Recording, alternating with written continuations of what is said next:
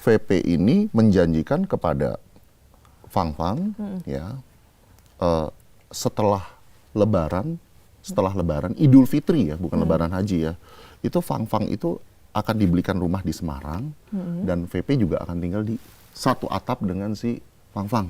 Jadi dalam hal ini yang bisa kita gugat itu adalah hak dan nafkah yang layak bagi anak tersebut. Itu pertama. Tadinya kan saya berpikir hanya nafkah untuk anak, dibiayai sampai memperoleh pendidikan yang layak dan besar ya. Tapi setelah saya lihat kondisi kosannya Fang Fang, oh there is no way. Ibu sama anak yang baru lahir tinggal di tempat seperti itu, nggak bisa. Lalu saya juga menemukan sepertinya untuk permasalahan salon, kan salon ini kan juga tutup karena pihak VP yang meminta. Bang, berarti kalau kita bahas tentang pernikahan, ini kan Bang VP sudah mengakui bahwa itu istri sahnya. Gitu, istri siri sebetulnya statusnya. Karena kalau kita bicara istri sah itu dicatat secara administrasi oleh negara di KUA. Kalau nanti saya tunjukkan ya, akte nikahnya, si VP aja tanda tanganannya enggak.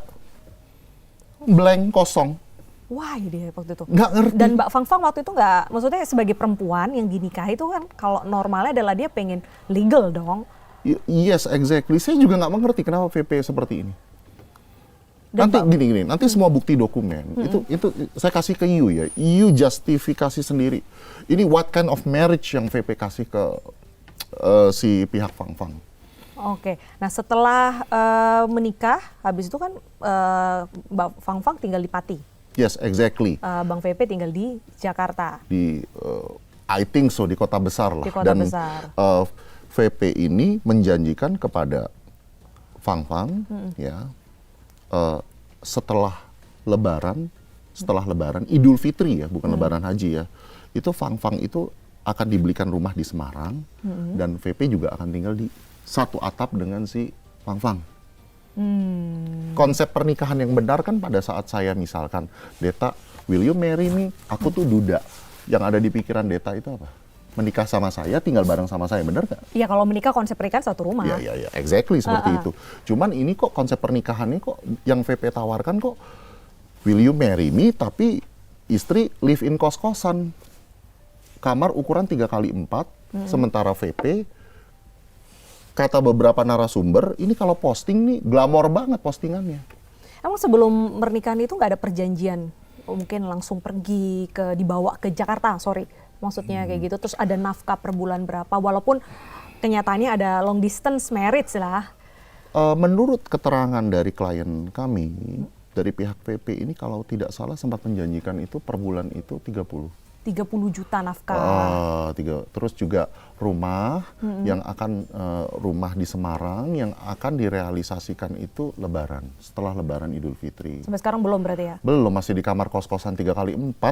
Ada Fang Fang, 2 anak remaja, 3 ya berarti ya, 3. Plus 1 bayi lagi yang akan lahir. Nanti kamarnya saya tunjukin kayak apa. You will see.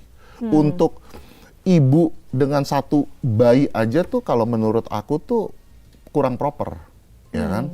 Apalagi ini plus sudah ada 2 anak remaja lagi, ditumpuk semua dalam 1 kamar itu. Tapi sebelum menikah dengan Bang VP, Mbak Fang Fangnya sudah tinggal di situ atau?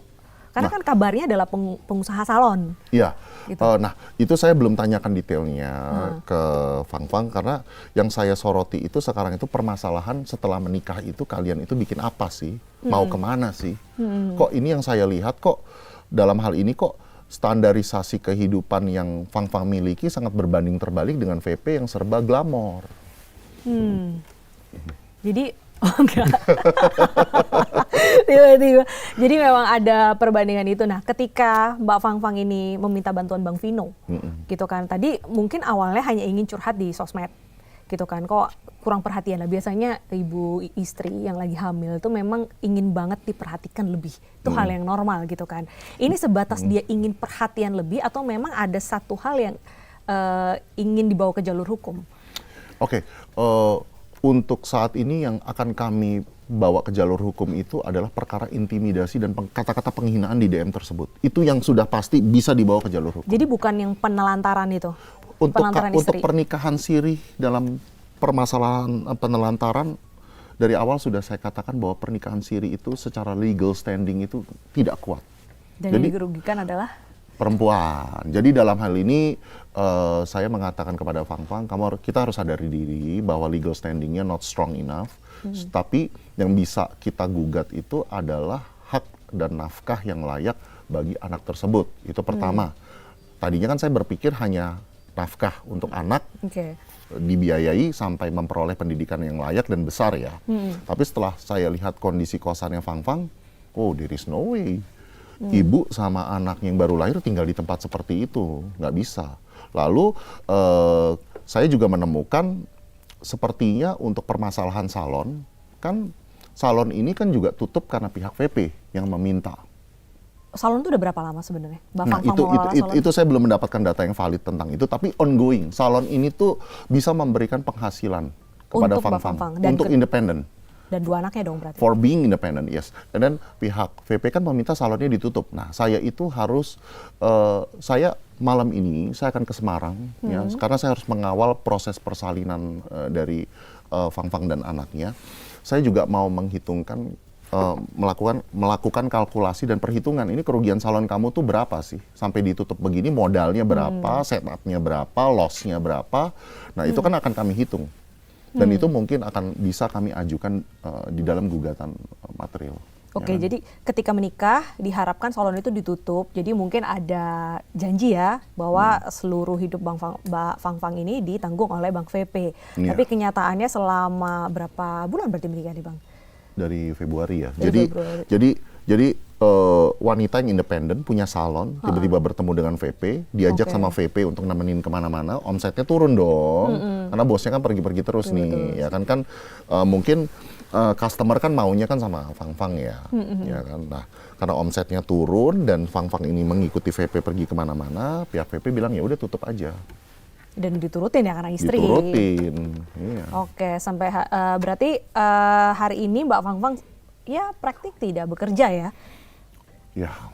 Dan sedang jobless. Dan akan segera melahirkan, kebutuhannya juga pasti akan banyak. Kalau melihat si Mbak Fang yang ini sudah di rumah sakit berarti, dari Bang VP sendiri apa tindakannya sebagai seorang suami? Mungkin ada cerita nggak Mbak Fang? Menghadapi persalinan ini, apakah berkunjung ke Semarang, lalu memesankan kamar, peralatan anak bayi itu kan segambreng. Ya.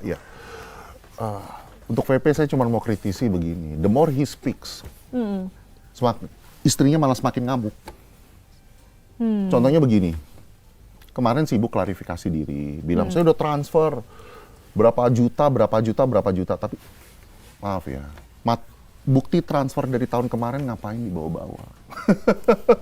Mungkin untuk menyatakan bahwa tidak ada penelantaran mungkin. Ya kalau yang namanya cinta masih baru-baru kan royal, ya nggak? Begitu sudah ya hamil 9 bulan, ya kan udah 3 bulan, 4 bulan, ya saya nggak tahu ya. Saya nggak tahu ya perasaan dia berubah apa enggak. Ya disitulah permasalahan dimulai, ya kan? Fang minta uang makan, kan dikasih tuh 500.000 tuh hari Sabtu tuh, betul? Tapi setiap Fang mengatakan, yang ini udah bukaan 1 nih.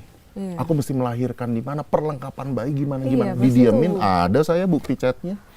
Perlengkapan banyak pasti itu, popok, lalu baju-baju, kebutuhan ibu setelah melahirkan juga itu belum dipenuhi. Gak usah bicara itu deh, ini tinggalnya di mana nanti sama bayinya? Masa di kosan 3 kali 4? Belum ada inisiatif dari Bang VP berarti? Yang saya mau tagih rumah dulu nanti, ya kan? Oke. Kita tidak akan melarang VP ini memiliki akses ke anaknya, karena biar bagaimanapun itu adalah anak biologis dari VP. Cuman, ya tolong jangan di kosan yang seperti itulah, 3 kali 4, ada 2 anak remaja, ya kan? Saya tuh sempat berpikir, ini jangan-jangan ini kosannya mewah nih, ya kan? Saya sempat berpikir begitu kan ya kan bilang diterlantarkan, nggak taunya tinggal di apartemen atau di kosan yang mewah, kan bisa berabe saya kan, udah ngomong begitu ke media. Begitu saya, Fang, kamu kirim video kosan, dan saya juga mau lihat kamu ada di kamar itu, karena saya takut si Fang ini bohong, ngerekam kamar kosan yang lain, ngakunya di mana kan? Bener kamar kosannya di situ, 3 kali 4. Gak sempet baca? Dengerin aja. Klik icon text to speech, gak pakai ribet di okezone.com.